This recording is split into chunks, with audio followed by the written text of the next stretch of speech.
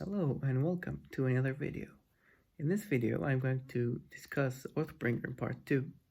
This video will contain spoilers for The Way of Kings, Words of Radiance, Edge Dancer, and Oathbringer Parts 1 and 2.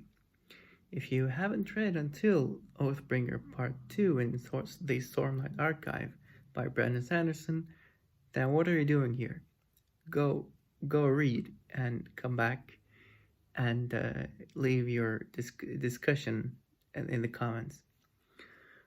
So I left off with my latest remark on Shallan's growth and Yasna's arrival in my first video for Oathbringer Part 1.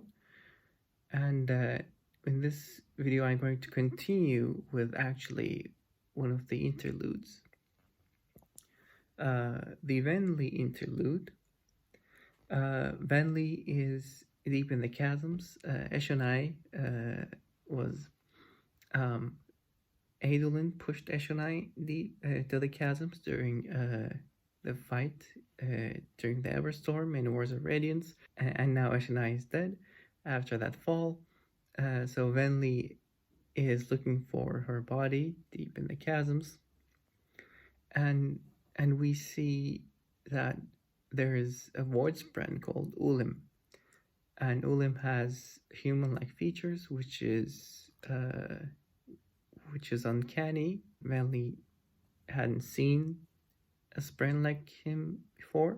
We learn more in-depth thoughts of Venli, and we learn that she thought that persuading her people to convert to Stormform, to obtain Stormform, was an act of protection. Venli finds this yellow spren beneath Eshonai's corpse, and she actually gets it. She seems that she thinks that is an interesting spren, so she just owns it. And then I want to go through my notes and the key points I annotated in the chapters. So Shallan is displeased with Yasna's return. As she says, here I was assuming I could handle things on my own, assuming I would have to handle things on my own, but all that time you were on your way back to toss everything into the air again. If you remember, at the end of part 1, Shallan feels ready to tackle anything that can that might go into her path. Yasna's arrival overwhelms her, and from this quote we can see it. Then we learn that Yasna is an Elf Scholar. Elf Scholars are another order of the Knights Radiant, and we learn more about Shadesmar. Yasna mentions that every order of Knights Radiant has a connection to Shadesmar because their spren originate there. And then we have another section with Yasna, and we learn that she actually had this disease. It's mentioned as childhood disease, but it's not explicitly mentioned what this disease is. I'm really curious about what Yasna had. So we see Yasna's spren, Ivory, an ink spren. He actually mentions that cryptics are problematic. So pattern Shallan's spren is a cryptic. So I'm not sure where that will lead, if that will lead anywhere. And we have new chapters of Bridge 4, and at the chapter header, if you notice, there's the emblem of Bridge 4 on the shoulder patch. I really like that one. And also, we see what happens to Moash in this book. And so in the first chapter of Moash, in the first Moash chapter, he's with the Graves, and he actually he cuts off the Bridge 4 emblem from his coat, and in the next Moash chapters we see the same Bridge 4 coat, but without a Bridge 4 emblem. Like there's a there's there's a piece of fabric without the emblem. So I think I thought that was a really nice detail in the story and in the book. So Bridge 4 um, is recruiting new members to their team. Now they're Radiants, and there are the they're the troops of the Windrunner Kaladin, Captain Kaladin, and they have been training. Scar is one of the members of Bridge 4 who doesn't quickly figure out how to suck in Stormlight. And he asks Kaladin if he can be a scribe, because he's not a Radiant yet. It was really satisfying when he finally was able to suck in Stormlight and figure out how to do it. And it was during when he was helping Lynn, instructing her how to feel it, how to go through the process. Also, we have a Rock chapter.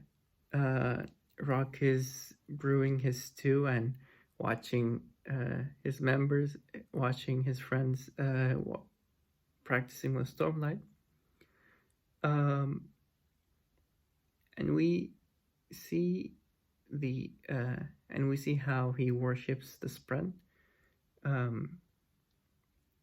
So one thing I noticed in this Rock chapter was that Rock couldn't see Renarin Spren, which made me think, why? Why cannot Rock see Renarin Spren? But in this part, we don't get to have the answer to that question.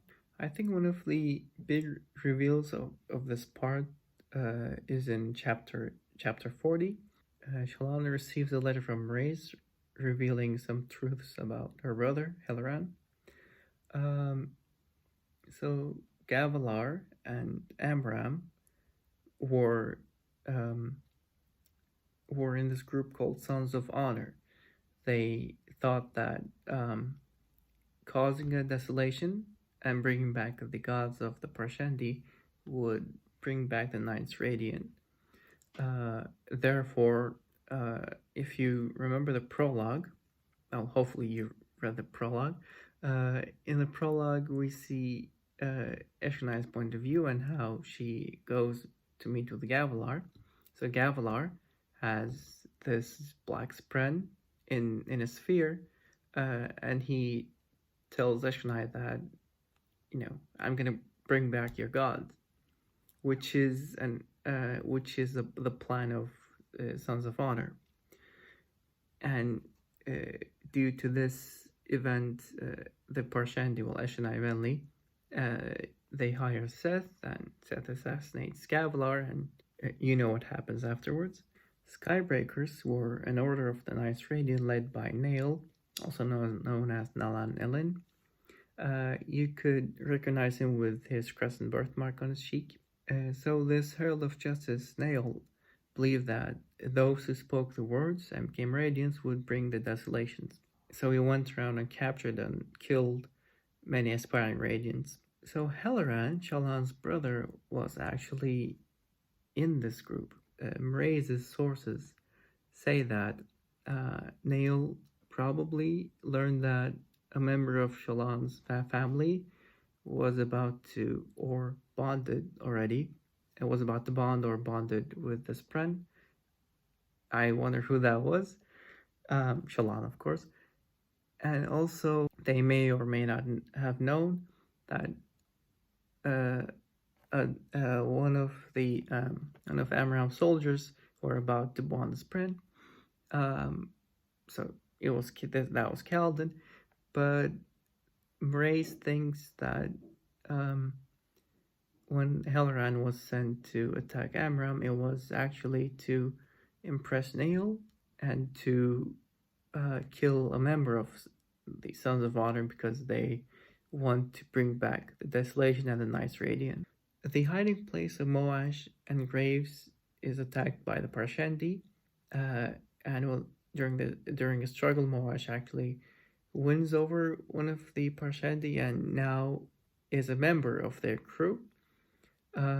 When he sees that one of the fused beat up one of the slave parchmen, he actually stands up for these parchmen who get beaten up, and he tells them he tells the Parshendi that they shouldn't be like men.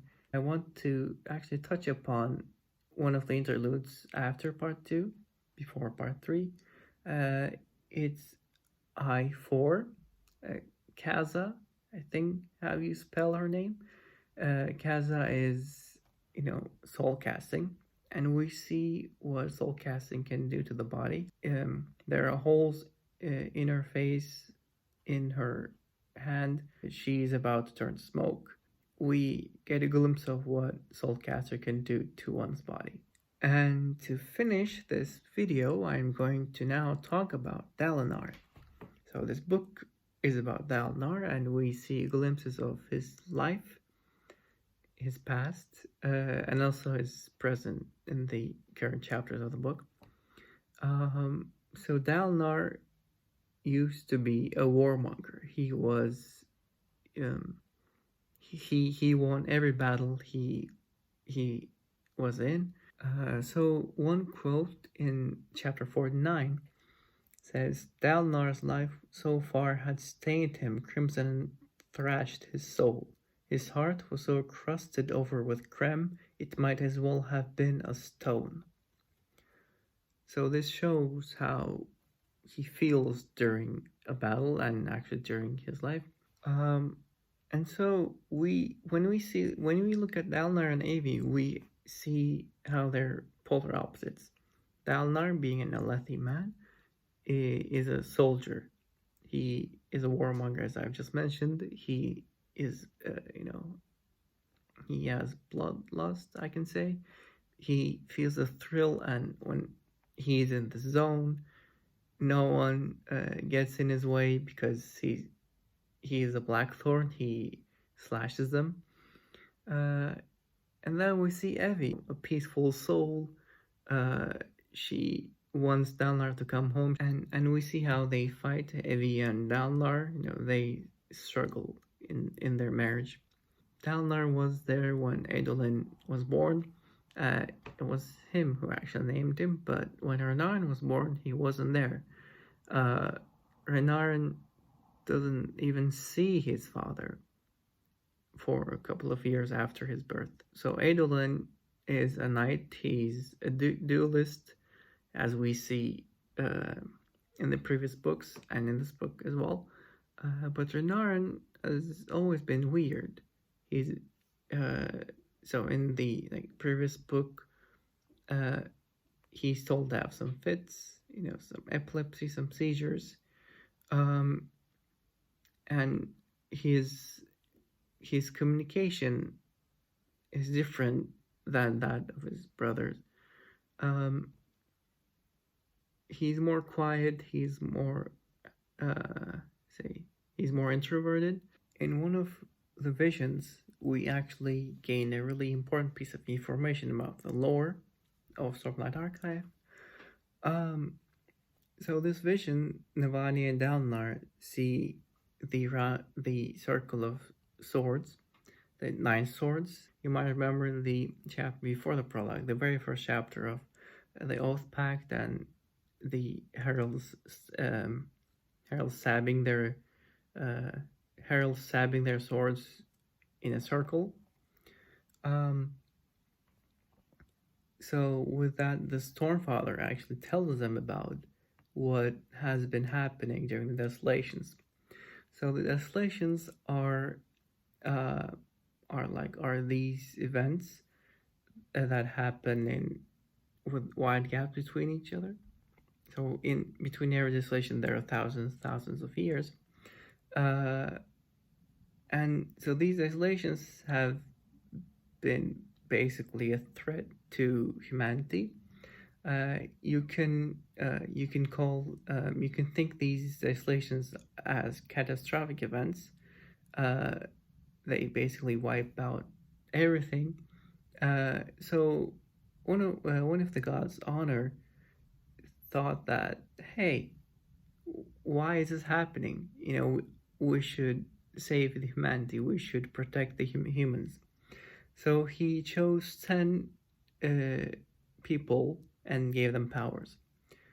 Uh, and they and Honor uh, told them to protect humanity whenever there's desolation, with a cost. So while heralds are fighting the Wardbringers during the desolations, when they are done with it, or when they're dead, they are sent to this planet called Braze, and they're tortured there. I don't know how they're tortured, and I don't know why Honor made the system like this, but this is what has been going on. But the thing is, the longer the heralds can put up with these tortures and Braze, the longer the gap between the approved distillation and the next distillation will be. At the end of part 2, Odium invades Dalnar's vision. Odium is really powerful that he can be anywhere and anytime he wants. Even Stormfather cannot stand up to him. Odium tells Dalnar that he's of passion, and besides him, there are many other gods, but relevant to the Stormlight Archive world, there are honor, cultivation, and odium. Honor cares about bonds, cultivation cares about transformation and growth, and odium cares about passion and emotions. And with this mysterious appearance of odium, the second part ends. So this was my spoiler-filled discussion for Oathbringer Part 2. If you have any spoiler thoughts, spoiler discussions, please leave them below with big spoiler headers and write which books are you gonna spoil for people, and leave like so many spaces between your comment and the spoiler header. And yeah, if you like what I'm saying, please drop a thumbs up. And if you want to see more of me talking about books, please subscribe. And I'll see you in the next video.